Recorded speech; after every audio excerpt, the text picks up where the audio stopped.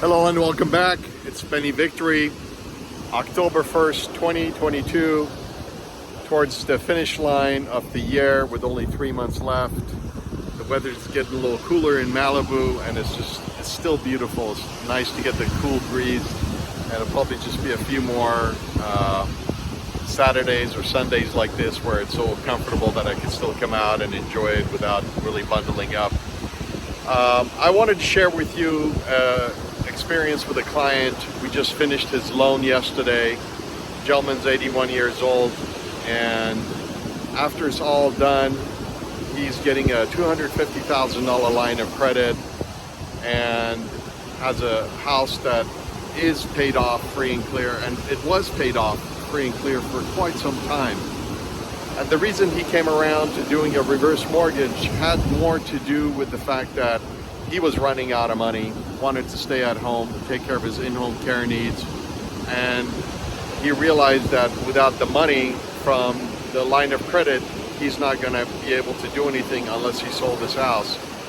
And it was kind of a sad conversation with him because I told him, you could have put this in place 10 years ago.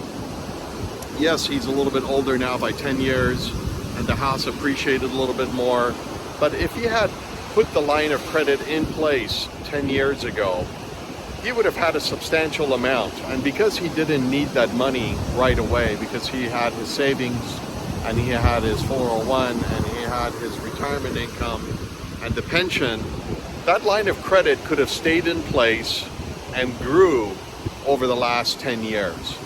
And if that was the case, he could have been in a position where he would have had even more money than he does now, even though he's older. And the lesson and the takeaway for this conversation with a lot of you is, if you're sitting on the sidelines and you're thinking, I still have money in my savings account, or I'm still receiving some money and I don't need to tap into the equity of my house, really rethink this idea and speak to a professional about it.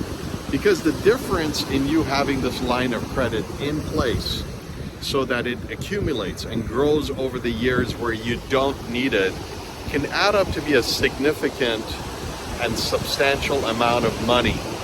So much so that it may be more than if you wait till later when you're older. Because some of the factors that you can't account for are how much property values are going to appreciate or depreciate, what the interest rates are going to be at the time that you're going to tap into the program, what the program guidelines themselves are going to be. Maybe they're going to be cut back. Had my client taken advantage of this program 10 years ago, even 5 years ago, he would have been in a significantly better place because the line of credit would have accumulated, and by not using it, he would have had it in place, and property values and everything else that are a consideration now should have never been and would have not been a consideration. So I wanted to share that experience with you, where if you're thinking, let's wait and see, this waiting and seeing is not going to necessarily work out to your advantage every time.